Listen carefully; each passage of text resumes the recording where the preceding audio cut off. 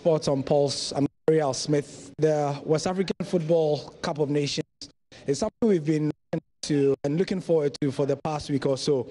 It began this weekend, 2 venues in the central region, that was in Cape Coast and in Elmina. And in the end, the Ghana team had the biggest crowd, but they didn't leave too happy. They won, but on a penalty that was controversial.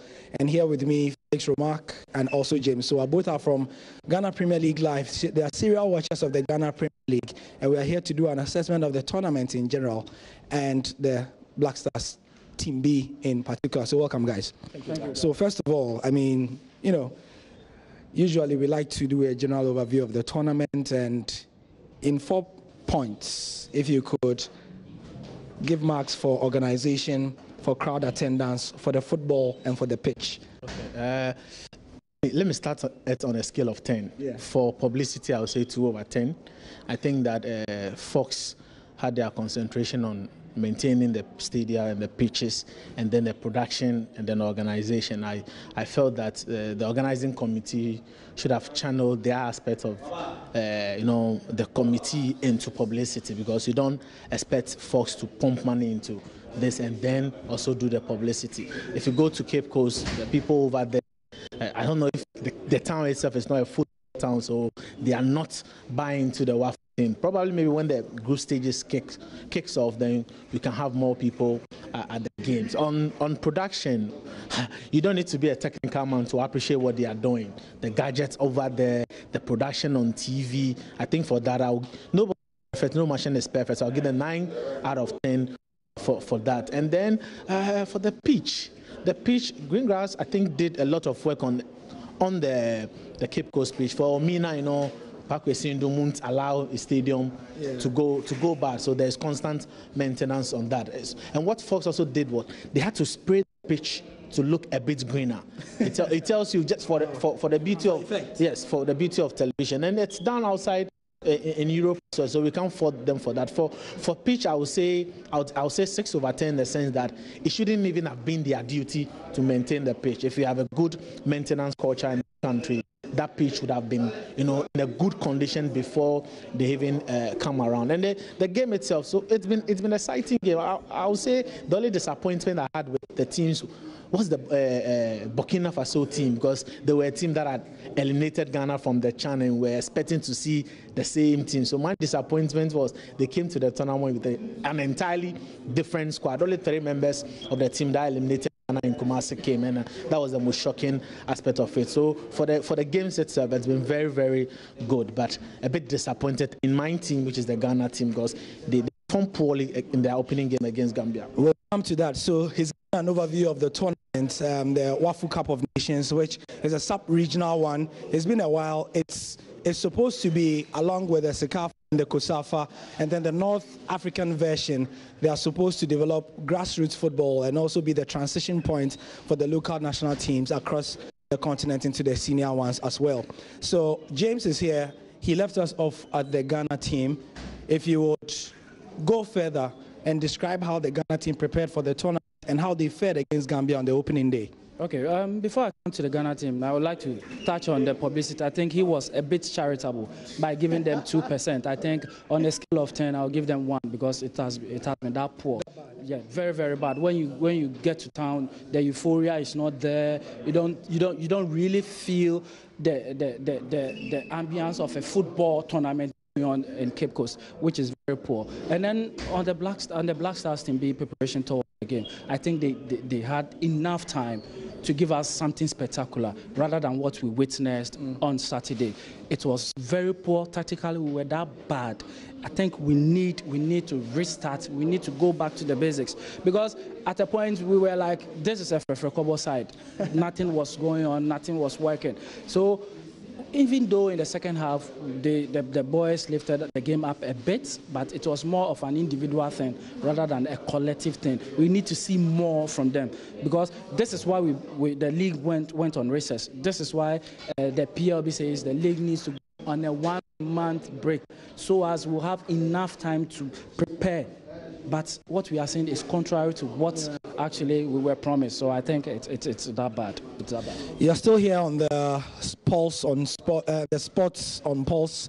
I'm Gary Al Smith. I'm here with Felix Romack and also James. So we are doing an overview of the WAFU Cup of Nations so far. There are two games that will be played today. One should have kicked off by now, should be in the second half as we come to you live at the moment. And also there'll be another one at 6 p.m. So far, in terms of the games that have been played, we've had two in Cape Coast and also two in Elmina, and that's how the tournament has gone so far. Still on the Ghana team, Felix, let me come to you. He has spoken about his disappointment with where the tactics are concerned. What would you say are the reasons why the Ghana team has not performed? I think for the first game, it was a team that lacked creativity. You know, when Ghana is playing against any country in West Africa, they know very well that Ghana have blessed, especially with midfielders, because we've produced one of the most, if you look at the quality of midfielders we've produced, it tells you that that is one aspect of our game that we are blessed with. Creative ones, defensive-minded ones. So when you are playing against a team like Gambia, they will sit back and defend. And you need your creativity of your players to unlock those pack defense. And I think that is what we lacked. At a point, we were trying to use the flanks. You see Felix Ado crossing the ball. Kizito wasn't getting the right connection from there. And then you have a player who has scored 3 goals, 7 assists in 13 games in the Ghana Premier League. The person of Winfred Kobna sitting on the bench. That guy can even play, for me, in the main blasters. And you ask yourself, why? So you keep asking that. Why was Kobna even not in the starting 11? So at a point we were saying, okay, well, maybe we've heard Maxwell Kunedu's boss said that I want the other team to get tired before I bring in a player. So we were also thinking that maybe Maxwell will also learn from his boss. When the Gambians get tired, then he will unleash the creativity of Kobna on them. But then he failed to turn up. And then at the post-match, when I asked him why, he said he was trying something new and he doesn't want players to feel very, very special. But when you go to Barcelona, Messi is special. Yeah. Come to Madrid, Ronaldo is special. In PSG, Neymar is special. And they play. Yes, in Accra, Suffolk, Kobna is special.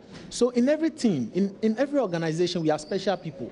There are people you can't touch them because when they are not there, things won't work. And when they are there, things will work. So I'm surprised why you're having the Arsenal to give you what you want and you are not using him. So I think that tactically and technically, I'm not a coach. I don't want to talk tactics. Yeah, sure. But the thing is, we watch football, we read football, and some of the things you can even see it. When Gideon Waja came out, almost about 95% of the people watching the game were not coaches, but everybody was screaming. Why? Because he was the most creative player on the pitch. He was creating the chances, but you took him out because he wasn't giving you what you wanted. Now, I was asking which game Maxwell was watching. So, in terms of the Ghana team, those are the main criticism from my two panelists here. However, there's been a lot of football as well. If you look at Burkina Faso versus Niger, a fantastic game, and I would like to touch on that. Now, not all the teams brought their main squads, James, as in they are CHAN teams that played in the qualifiers, but we've seen some of them do so. Can you touch on the sense in why would bring another team apart from the CHAN team? Why would the national teams want to bring these locally based national teams for this WAFU? Well, I think it's based on one thing, succession plan. Sometimes you need some of these tournaments to bring out certain players. The youthful side of the players you have in your country. They've already qualified for the CHAN. It's a preparatory ground using the WAFU, but you need a squad depth. That's what they are trying to do. They are trying to bring out the young guys they have in their league to augment what they already have for the CHAN. That it makes sense. I think they don't really value the WAFU tournament compared to the CHAN. That's why a team like Burkina Faso will come with just 3 of the squad that they used for the CHAN that defeated Ghana. And that squad is solid compared to the one that we saw against Niger. But we shouldn't take anything away from the Nigerians because their game against Burkina Faso, they were really on top of the game and they played quality football, despite the fact that Burkina had entirely new squad for the game. The Nigerians also played very well. They have a very good squad, so they truly deserve the victory that they had. A quick fact, the Nigerians also are coached by Francois Zawi, who for a long time was the coach of the Ivory Coast national team. He went on an unbeaten record with them. as the Ivorians like to do, they sacked him. But he's in charge of Niger now, and his remit has been to build a new and improved Niger national team for the next African Cup of Nations in 2019 in Cameroon. The reason I asked you this is I wanted to bounce back to Ghana. On the same scale that you've measured the other teams for using the CHAN side, our CHAN side did not qualify for the next CHAN that is upcoming as well. Why is this tournament important for us? Well, I think Maxwell Konedu and his boss, they are trying to rewrite some of the wrongs that they did for the CHAN.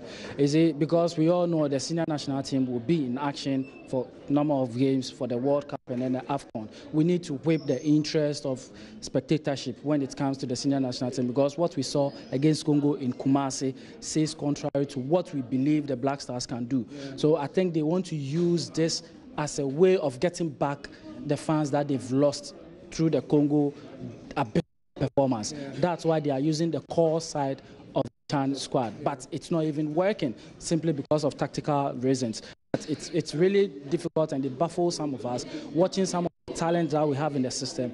That for a longer period of time, they've been overlooked for certain players. Favoritism, well, it depends on where you are standing. But I think certain are being favored compared to certain players that should be squad based on merit.